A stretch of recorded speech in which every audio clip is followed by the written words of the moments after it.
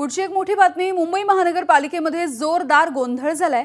सभागृहामध्ये महानगरपालिकेच्या नगरसेवक जमले पण अजूनही महापौरच आले नाहीयेत आणि म्हणून विरोधकांनी आक्षेप घेतला आणि गोंधळ घातलाय।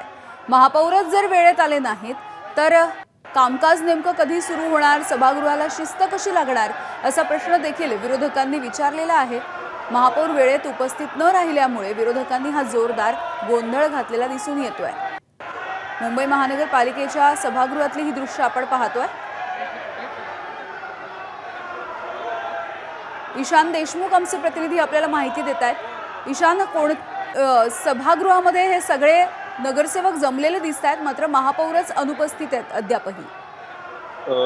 यामिनी, नक्कीच 2:30 सभागृह चालू होणार होतं। आज महत्त्वाचा दिवस आहे। आज सभागृह नेता, त्यासोबत विरोधी पक्ष नेता आणि सर्व समित्यांचे सदस्य यांच्या नावाची घोषणा होणार आहे।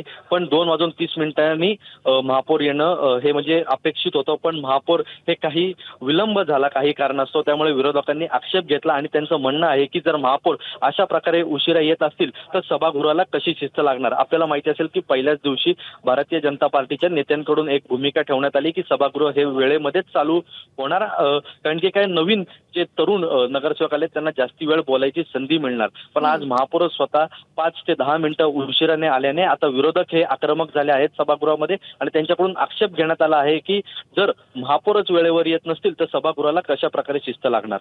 ईशान, आता खरं तर 2:38 झाली आहेत। खरं तर 2:30ची वेळ ही नियोजित होती सभागृह सुरू होण्यासाठी। आता तरी महापौर पोहोचल्यात का? यामिनी, हो, महापौर पोहोचले आहेत। राष्ट्रगीत झालं आहे। आता सभागृह देखील चालू म्हणजे कामकाज सुरू झालं आहे। बरं ईशान, धन्यवाद माहितीसाठी। एबीपी माझा, उघडा डोळे बघा नीट।